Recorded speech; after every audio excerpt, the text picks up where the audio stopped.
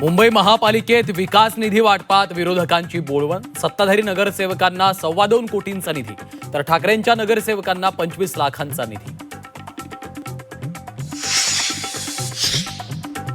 बीएमसीतील निधी वाटपाच्या मुद्द्यावरनं शिवसेना युबीटी भाजपमध्ये जुंपली.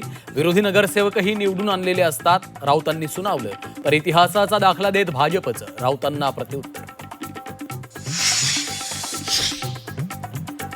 सोलापूरमधील आदिनाथ सहकारी साखर कारखान्याचा 22 मेला लिलाव होणार. कारखान्याच्या लिलावाची नोटीस प्रसिद्ध. कारखान्याचे 85 कोटी 12 लाखांचं कर्ज थकीत.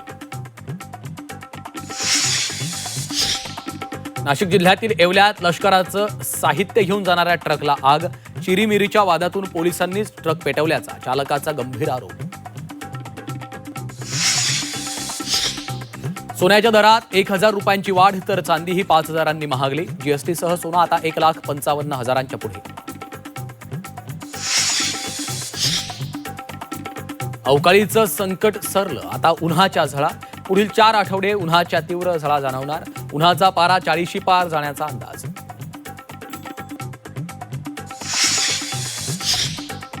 आणि रशिया युक्रेन युद्धात 2 दिवसांच्या युद्धविरामाची घोषणा. ऑर्थोडॉक्स ईस्टर निमित्त पुतीन यांची घोषणा. लष्करी कारवाया बंद ठेवण्याचे पुतीन यांचे सैन्याला आदेश.